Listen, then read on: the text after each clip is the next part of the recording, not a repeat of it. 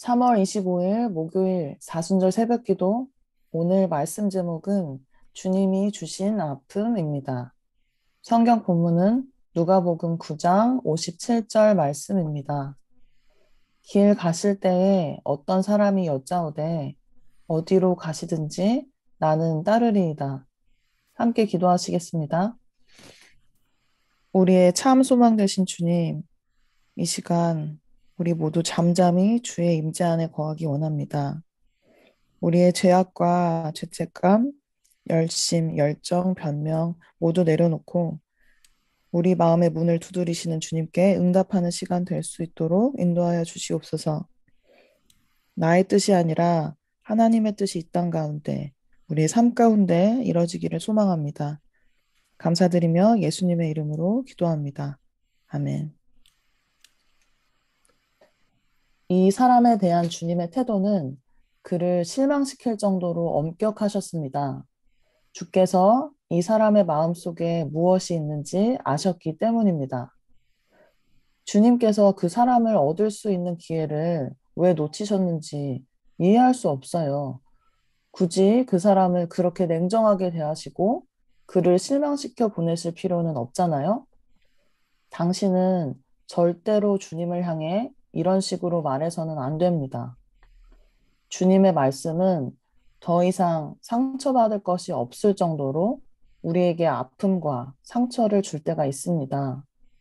예수 그리스도는 우리가 하나님을 섬기는 데 있어서 그것이 우리를 망치는 것이라면 그것이 무엇이든 매우 엄격하게 다루십니다. 주님의 말씀은 주님께서 이 사람 속에 있는 것을 아시는 지식에 근거한 것입니다. 그러므로 성령께서 당신에게 아픔을 주는 주님의 말씀을 생각나게 하실 때는 주께서 당신을 죽기까지 아프게 할 정도로 뭔가 당신 안에 제거해야 할 것이 있다고 확신해도 좋습니다. 여우도 굴이 있고 공중에 새도 굴이 있으되 인자는 머리 둘 곳이 없도다 하시고, 예수님의 이 말씀은 즐거움으로 예수님을 섬기려는 사람들의 마음에 찬물을 끼얹습니다. 너에게 가장 중요한 것은 나와의 관계여야 한다. 난 내 머리를 둘 곳이 없다. 나로 먼저 가서 내 아버지를 장사하게 허락하옵소서. 이 사람은 예수님을 실망시키고 싶지 않았고 그의 아버지에게 상처를 주고 싶지도 않았습니다. 우리는 많은 경우에 예수 그리스도를 향한 충성심 대신에 가족들에 대한 책임을 앞세워 예수님을 맨 끝에 둘 때가 있습니다. 당신의 충성에 갈등이 생길 때는 어떤 희생을 치르더라도 예수 그리스도께 온전히 순종하도록 하십시오. 주여, 내가 주를 따르겠나이다마는 이 사람은 예수님을 따르려는 마음은 강렬한데 결국 예수님을 따르지 않았습니다. 나를 따르라는 예수 그리스도의 엄숙한 부르심은 우리에게 작별 인사를 할 여유도 주지 않습니다. 작별 인사는 그리스도인들의 것이 아니기 때문입니다. 하나님의 부르심을 들으면 일단 출발하기 시작하고 절대로 멈추지 마십시오. 네, 오늘은 32번째 날을 맞이했습니다. 그리고 말씀 제목은 주님이 주신 아픔, 주님이 주신 아픔. 영어 제목은요, The Go Reunion, The Go Reunion 그렇게 되어 있습니다. 뭐 직역한다 그러면 가서 하나가 돼야 한다. 가서 하나가 돼야 된다. 이제 그런 의미가 있을 텐데요. 그 내용으로 보면은 예수님의 제자가 되려고 하는 사람은 가장 중요한 것이 예수님과 하나가 되어야 한다. 다시 말하면 예수님의 제자가 되려는 사람들에게 가장 중요한 것은 예수님과의 관계이다. 다른 어떤 것도 그것보다 더 중요한 것은 없다. 자, 그런 그 말씀을 같이 보도록 하겠습니다. 자, 그 전에 오늘은 이 시편 92편 1절에서 2절 말씀을 좀 잠깐 보시면 좋겠습니다. 너무너무 좋은 말씀이죠. 제가 좀 번역을 해봤어요. 주께 감사드리고 주의 이름을 찬양하는 것이 참 좋습니다. 아침에는 주님의 인자하심을 선포하고 밤마다 주님의 성실하심을 선포하는 일이 참 좋습니다. 시편 92편 1절에서 2절 말씀이에요. 우리가 주님께 예배드리고 주님을 찬양하고 이것이 저에게는 참 좋습니다. 아침이 되면은 저는 하나님의 인자하심을 선포하겠습니다. 이 말은 하나님의 사랑을 선포하겠다는 거죠.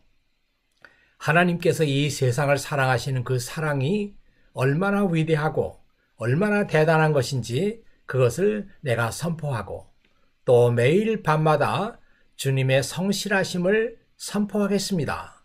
이 성실하심이라고 하는 것은 꾸준하시고 변함이 없으시는 주님의 성품을 얘기하는 거죠.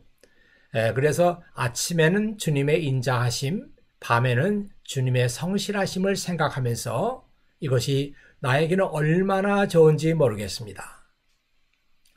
특별히 새벽 시간 주님께 드리는 우리 케임브리지 한인교회 여러분들, 이날 아침에 주님의 인자하심이 여러분에게 충만하기를 바라고요.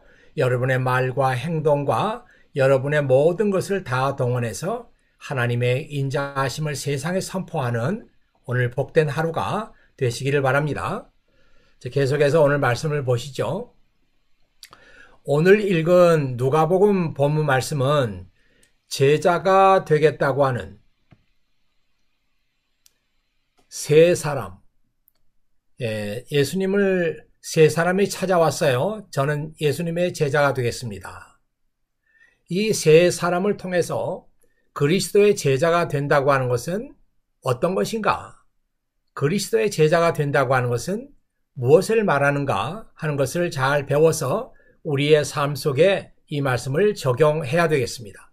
그리고 예수님께서 이 세 사람을 어떻게 다루시는지, 첫 번째 사람, 두 번째 사람, 세 번째 사람 각각 케이스가 달라요. 그런데 예수님께서 이 사람을 어떻게 다루시는지 어쩌면 우리 마음속에도 이 세 사람이 가지고 있었던 그런 마음이 있을 수가 있습니다.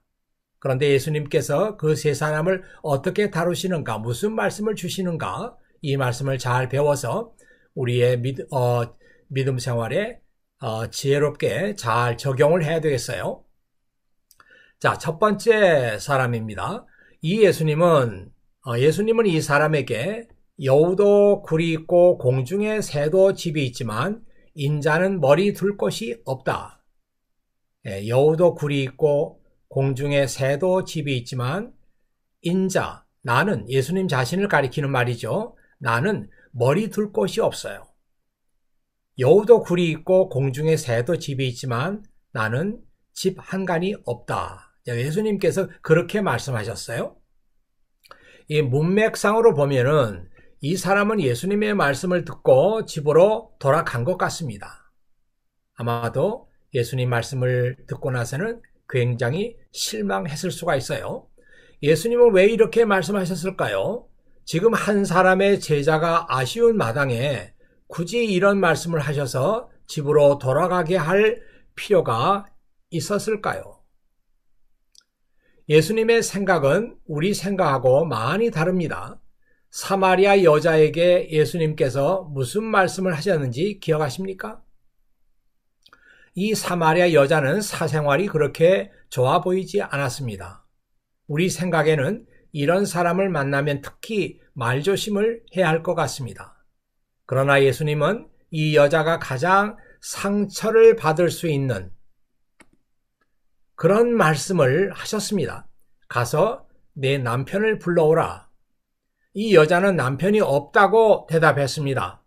너에게 남편이 5이나 있으니 내 말이 맞구나.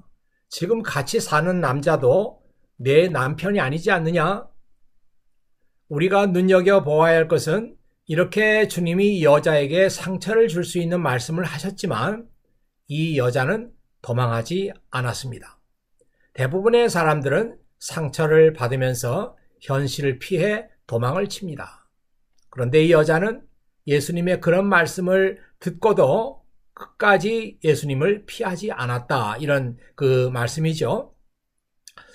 저는 이 말씀을 생각하면서 그렇기 때문에 이 여자에게 하나님의 은혜가 그날 임했고 이 여자가 예수 그리스도를 만나게 된 것입니다.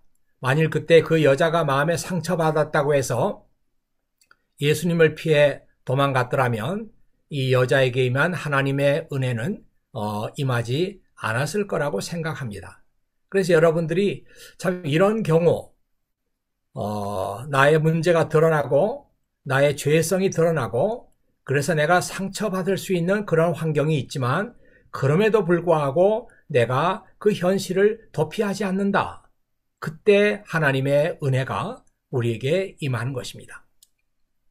예수님의 제자가 되겠다고 찾아온 첫 번째 사람은 예수님의 말씀을 듣고 도망치고 말았습니다. 그래서 이 사람은 하나님의 은혜를 받을 수 있는 기회를 스스로 내던진 것이죠. 아마도 자기 속에 가지고 있던 생각이 들킨 것에 대한 수치심을 느꼈던 것 같습니다. 우리는 이 말씀을 읽으면서 오히려 주님이 이 사람에게 하신 말씀이 지나치다고 생각합니다. 뭐 그렇게까지 얘기할 필요가 있나? 또 다음에 기회가 있으면 몰라도 처음 만난 사람에게 그런 말씀을 하실 필요가 있나? 우리는 그렇게 생각합니다. 그러나 뭔가 얻을 것을 목적하고 예수님의 제자가 되겠다는 사람에게 예수님은 내가 나의 제자가 되려고 한다면 나에게서 뭔가 얻을 것을 기대하지 마라. 난 머리 둘 곳도 없는 사람이다. 내가 가장 중요하게 여겨야 할 것은 나와의 관계이다. 내가 나의 제자가 되겠다고 하니 나의 관계를 내가 가장 소중하게 여겨야 하고 그 밖에 어떤 것도 그것보다 더 앞설 수는 없다. 예수님께서 그렇게 말씀하신 것이죠. 자, 이 박스 안에 들어있는 말씀은 오스왈드 목사님이 얘기한 것이에요. 예수 그리스도는 우리가 하나님을 섬기는 데 있어서 그것이 우리를 망치는 것이라면 야, 이 사람은 이것 때문에 망하겠다. 이 사람은 이것 때문에 제자의 삶을 결코 살지 못하겠구나. 그런 것이라면 그것이 무엇이든 매우 엄격하게 다루십니다. 주님의 말씀은 주님께서 이 사람 속에 있는 것을 아시는 지식에 근거하신 것입니다. 그러니까 예수님께서 제자가 되겠다고 하는 이 사람에게 여우도 굴이 있고 공중에 나는 새도 집이 있는데 인자는 머리 둘 곳이 없다. 이렇게 말씀하신 것은 주님께서 이 사람 속에 있는 것을 아시는 지식에 근거한 겁니다. 그냥 아무런 말이나 해서 이 사람에게 상처 준 것이 아니라 이 사람이 나의 제자가 되겠다고 하는 것이 뭔가 나에게서 얻을 것을 기대하고 있구나. 우리 속에 있는 것을 아시는 지식에 근거한 것입니다. 그러므로 성령께서 당신에게 아픔을 주는 주님의 말씀을 생각나게 하실 때는 주님께서 당신을 죽기까지 아프게 할 정도로 뭔가 당신 안에 제거해야 할 것이 있다고 확신해도 좋습니다. 네, 오스왈드 목사님의 얘기예요. 그래서 여러분들이 그런 상처받을 만한 그런 얘기가 들렸다고 하더라도 그것 때문에 현실을 도피하지 마라. 그것 때문에 예수님을 피해서 도망가지 마라. 이런 그 의미가 되겠습니다. 자, 두 번째 사람을 볼까요? 이 사람은 저는 주님의 제자가 되고 싶습니다. 하지만 그 전에 먼저 가서 내 아버지를 장사하도록 해 주십시오. 라고 말했습니다.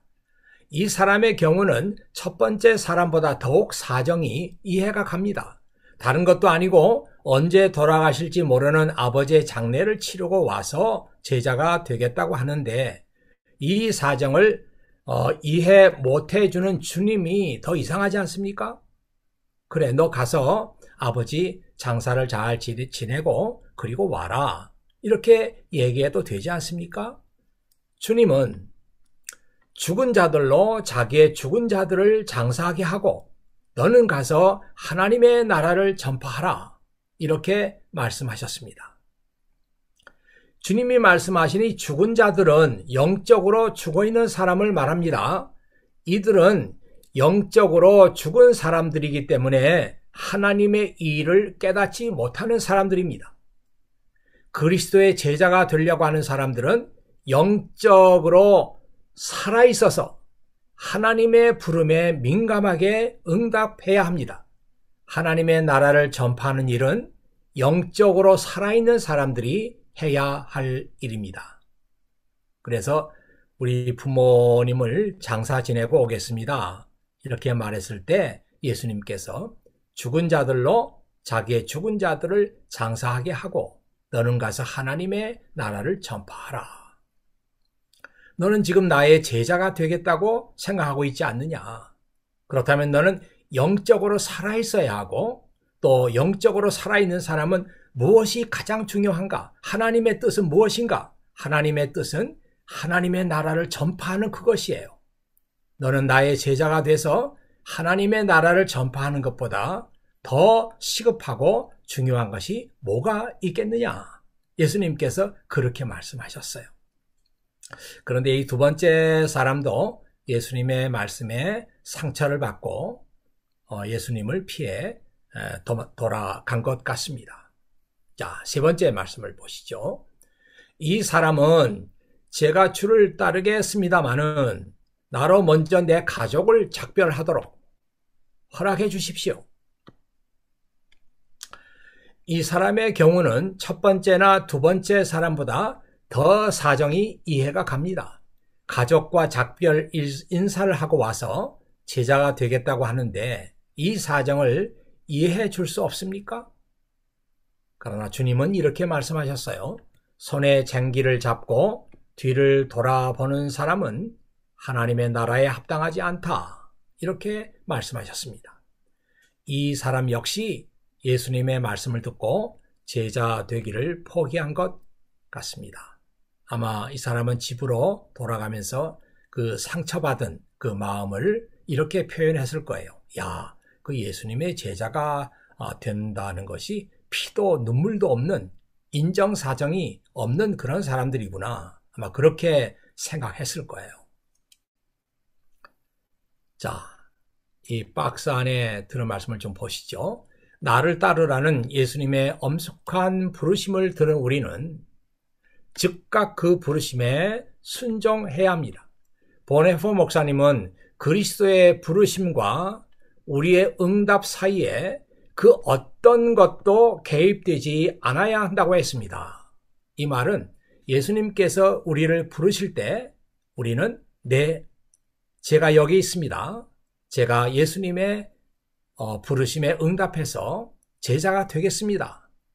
그런 그 부르심과 응답 사이에서 어떤 것도 개입되지 않아야 된다. 저희 부모님의 문제가 있습니다. 저의 가족의 문제가 있습니다. 이것저것 자꾸 그 안에 개입되지 않아야 한다고 했습니다. 오스왈드 목사님은 작별 인사는 그리스도인들의 것이 아니다. 작별 인사는 그리스도인의 것이 아니라 이방인들의 것입니다. 저희 부모를 좀 작별하고 와야 되겠습니다. 이렇게 말하니까 예수님께서 안 된다고 하셨잖아요. 오스왈드 목사님은 그 얘기를 이렇게 해석했어요. 작별 인사는 그리스도인들의 것이 아니라 이방인들의 것입니다. 작별 인사는 그리스도의 부름을 변질시킬 것입니다. 이 작별 인사가 이제 제가 예수님의 제자가 되려고 하니까 이제 우리 가족들하고는 헤어져야 되겠습니다. 이런 작별 인사를 말하는 거죠. 이 작별 인사는 그리스도인의 것이 아니라 이 말씀의 원본에는 이렇게 되어 있어요.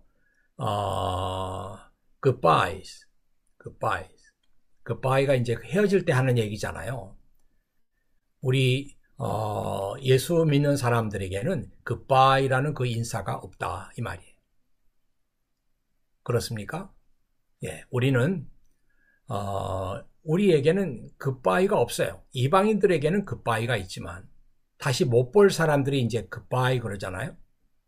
그런데 우리 예수 믿는 사람들에게는 굿바이라는 인사가 적합하지 않다. 왜냐하면 우리는 이 세상에서 비록 헤어진다고 하더라도 하나님의 나라에서 다시 만날 사람들이기 때문에 이거는 영원히 헤어지는 게 아니죠.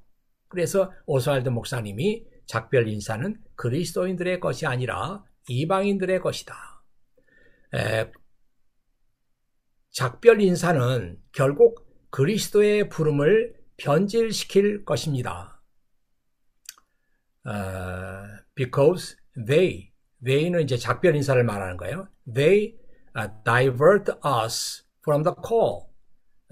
이 작별 인사는 결국은 예수님의 부르심으로부터 우리를 벗어나게 한단 말이죠.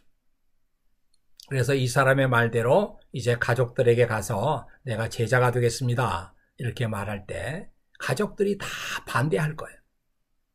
우리는 어떻게 해야 됩니까? 당신이 그러면 하면서 남편을 말리고 또 아이들이 아버지를 말릴 거예요. 그렇게 되면은 결국은 이 사람이 예수님의 제자가 되겠다고 하는 그 목적을 달성할 수가 없는 것이죠. 우리 예수 믿는 사람들에게는 작별 인사 없습니다. 우리는 다시 하나님 나라에서 만날 사람들이에요. 그리스도의 부르심을 들은 사람들은 일단 출발해야 하고 그 뒤는 절대로 멈추지 않아야 한다고 했습니다. 그만큼 그리스도의 제자들은 그리스도의 부름을 최고의 가치로 여겨야 합니다. 이런 사람들이 예수님의 제자가 될 수 있습니다.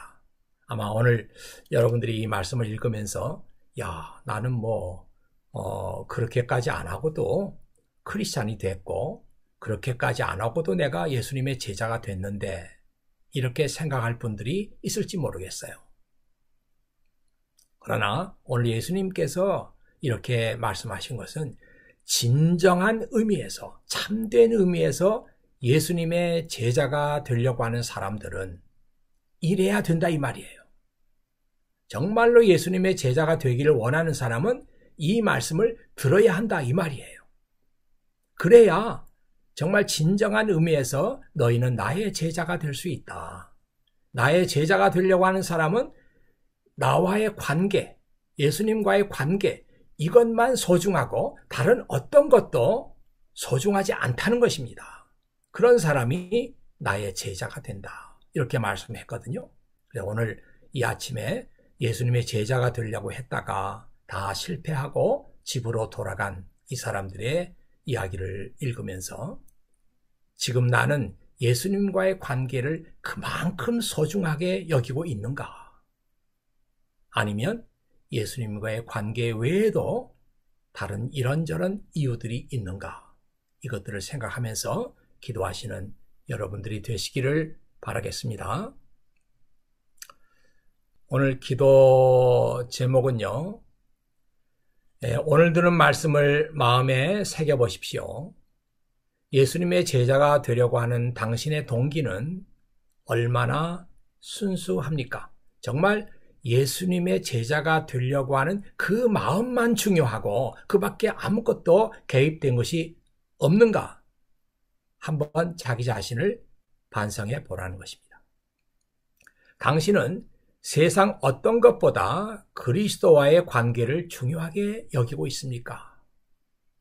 네, 이 질문에 네, 그렇습니다. 저에게는 예수님과의 관계 외에 중요한 것 아무것도 없습니다. 이렇게 대답할 때 정말 우리는 진정한 의미에서 예수님의 제자가 되는 것입니다. 그리스도께서 당신의 손에 쟁기를 쥐어준 것을 알고 있습니까? 지금 우리 손에는 예수님께서 우리 손에 쥐어주신 쟁기들을 다 들고 있어요. 이 쟁기를 든 사람은 밭을 갈아야 되죠. 이 쟁기를 손에 쥐고 있는 사람은 뒤를 돌아다 볼 수 없습니다. 뒤를 돌아다 보면은 밭을 갈 수가 없어요. 그리스도의 제자들은 뒤 돌아보지 않고 앞으로만 전진하는 사람들이다. 이 말씀을 깊이 생각하며 기도하시기를 바랍니다. 예수님의 제자가 되기를 원하는 우리들에게 가장 중요한 것이 예수님과의 관계다. 이 관계를 소중하게 여기는 사람들은 하나님께서 우리에게 맡겨주신 그 일들이 얼마나 시급한가, 조금 더 지체할 수 없다고 하는 이 예수님의 말씀을 생각하면서 이날 아침에 내가 정말로 예수님의 제자가 되고 싶습니다. 다른 사람이 어떻게 하든 상관없습니다. 저는 예수님의 제자가 되기를 원합니다. 그래서 나는 예수님과의 관계 외에 더 중요한 것이 있다면 그것들을 내려놓겠습니다. 이렇게 주님 앞에 소원하며 기도하는 여러분 되시기를 바랍니다. 기도하겠습니다. 아버지 하나님 감사합니다. 이 새벽에도 아버지 하나님께서 저희들을 부르시고 네가 정말 진정한 나의 제자가 되기를 원하느냐? 그렇다면 너와 나와의 관계 외에 더 중요한 것은 아무것도 없어야 한다. 이렇게 주님은 말씀하고 계십니다. 아버지 하나님, 정말 우리들의 마음을 이 말씀으로 살필 수 있도록 도와주시고 예수님의 관계 외에 더 중요한 것들이 있다면 이날 아침에 주님의 도우심으로 다 내려놓을 수 있는 용기를 허락해 주시기를 간절히 바라옵고 원합니다. 이 시대에 교회 나가는 사람들은 많은데 정말 진정한 의미에서 예수님의 제자들은 찾아보기가 어렵습니다.